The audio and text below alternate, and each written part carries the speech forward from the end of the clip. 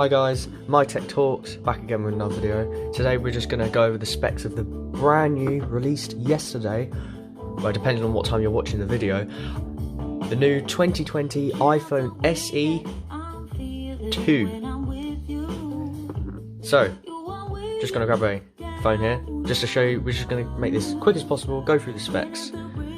Okay, so iPhone SE, lots of love, less to spend, starting from £419. That is ridiculous. £419. So this is the original iPhone SE, was released in 2016. This one has the A13 Bionic chip in it, which is absolutely fantastic. It's absolutely fantastic. I'll turn this down a tad.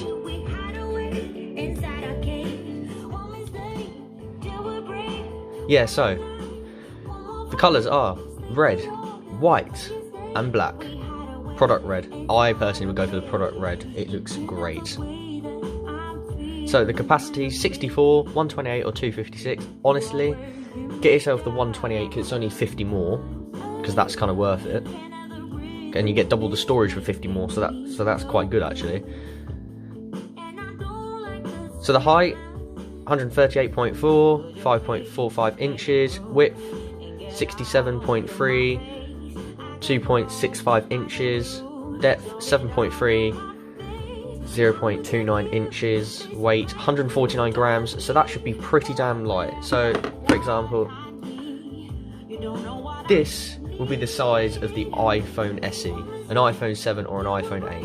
So this is your size of the iPhone SE. It's got a cracked screen in it. You're gonna have the processing chip from the iPhone 11 Pro and Pro Max, the A13. You're gonna have 18-watt fast charging, but they don't give you that in the box, unfortunately. They only give you the 5 watts, so you're gonna have to buy that separately. They give you wireless charging as well, which is fantastic. Glass on the back for the wireless charging, and you get Touch ID, which is fantastic. No Face ID, but I prefer the Touch ID because it's just easy to remember and it's just nice.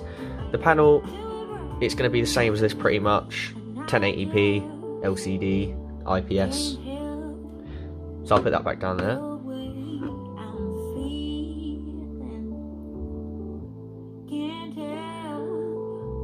.7 inches, the display is. Focus. So it's going to have a Retina HD display, 4.7 inch diagonal widescreen, LCD multi-touch display with IPS technology, 1334 by 750 at 326 ppi for the PPI people, 1400 to 1 contrast ratio. True tone display. Oh, I didn't know that. So basically, if anyone doesn't know that, true tone display, that's on your iPhone 8s and 8 Plus, which is one of these. So this has got a replacement screen, but it so it won't show up. But if you, on the original screen, if it when you get out of the box, it should have a button here that says true tone. And what it does is, it adjusts the white balance for the room temperature, like as in for the lights. Like for this light here that's up there that you can't see, so if you put it under there, it will change the white, so it will go a bit warmer. So it keeps it nice and consistent basically. So it has that. That's quite convenient. Wide color display, P3, haptic touch, 625 nits. That's not fantastic considering this. Yeah, but then again, for that phone, it's not too bad, I guess. But more nits is better. So what you need ideally is around 800. So it'll be bright enough for most times outside, but if you've got it in direct sunlight, you're not going to be able to see it, basically, the screen. Fingerprint, resistant coating, reachability, you've got the A13 Bionic chip, 3rd generation neural engine, splash and water resistance, splash, water and dust resistance, IP67, so that's pretty damn good. 1 meter underwater for 30 minutes, but I don't trust it personally. Camera, 12 megapixel wide, 1.8 aperture, so that's going to be quite decent. That's going to be quite good actually. Digital zoom up to 5 times, portrait mode with advanced bokeh. So basically you can take the bokeh portrait modes in the iPhone 8 Plus and the iPhone 10, 10s Max. So basically you can do all the portrait stuff with all the different effects with what the new phones have as well, with the 11 Pro. So you're getting a really good camera and you're getting all the stuff. Also you can do portrait mode on the front facing camera, so that's pretty damn cool. Portrait effects, you can get all these, you can read these if you want. Optical image stabilization, OIS, 6-element lens. Sapphire, Apple still advertising sapphire crystal lens cover. I don't think it is. I don't think it is. If you check out the JRig Everything, if you check out JRig Everything where he does test that, it's not sapphire. It does display. They do put a small layer of sapphire on the top, but let's be honest, it's just glass. Autofocus with focus pixels, yeah, because sapphire is supposed to scratch at level 8 and the back glass scratches at a level 6, so it's glass. Autofocus, wide color picture, wide color capture for photos and live photos, smart HDR for photos, red eye correction, auto image stabilization, burst mode and all that stuff, JPEG and all that. Okay, so you can do 4K at 24, which is your movie stuff, which is recommended for movies, 4K 30 and 4K 60.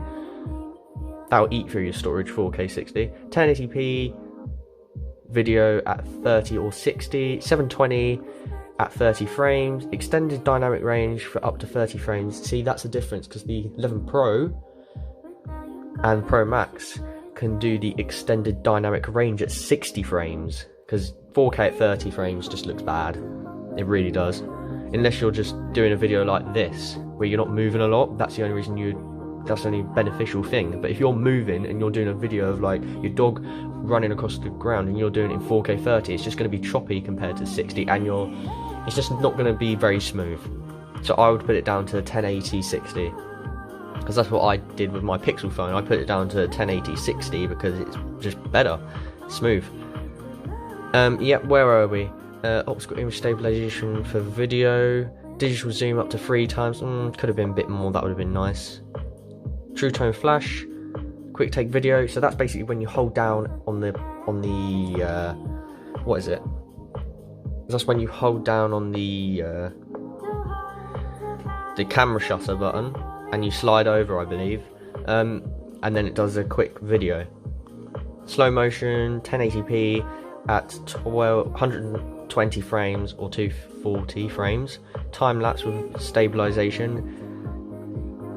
4K, that's pretty good. That's pretty good, that's pretty good. Okay, the front camera, 7 megapixels. Now the previous iPhone SE only had a 3 megapixel front facing camera actually, because the iPhone 6s had a 5 megapixel and it had a 3 on the 2016 iPhone SE, but this 2020 iPhone SE number 2 has a 7 megapixel, so that's pretty damn good. So that's a very good upgrade. So you're getting the iPhone 7 camera, front facing camera, so that's pretty damn good. Getting the same quality basically. I don't think it's the exact same, but you're getting the same quality. 2.2 aperture. You've got a portrait mode on the front facing camera as well, so that's awesome. All these different things here, you can go through those if you want. Touch ID, so that's a plus. That's a plus. Apple Pay and everything like that. Don't get Wi-Fi 6, but you can't really expect Wi-Fi 6 for this price.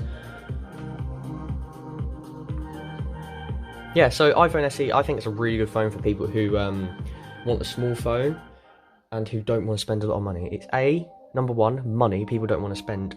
Number 2 is the size. Everyone doesn't want a huge 6.4 inch display like this phone has. Everyone wants to have a nice small form factor, because if you put that there, that to some people have got small hands and they just want to have a small phone. So basically what you're buying is an iPhone 8 with wireless, with chip upgrades, and basically you're buying an iPhone 8 with chip upgrades and stuff like that, and small upgrades and longer updates for life. So the prices for the iPhone, the colours for the iPhone SE, if it would zoom in, thank you very much. So you get the product red. Personally, I'd go for that one because red and black display, that is awesome. Then you got the white one. I don't know if that one comes with a white display, but it should do. So you got black and red, then you got white and white with a silver, and then you got black and black, which looks awesome. No, I do not. So you can also pay by monthly if you want to. Let's check the white one out, see if that is actually a white. No, it's not. Oh, okay. So you have a white back and a black display. That actually looks pretty damn cool, actually. Okay, so product red. This touchscreen's not responding for some weird reason.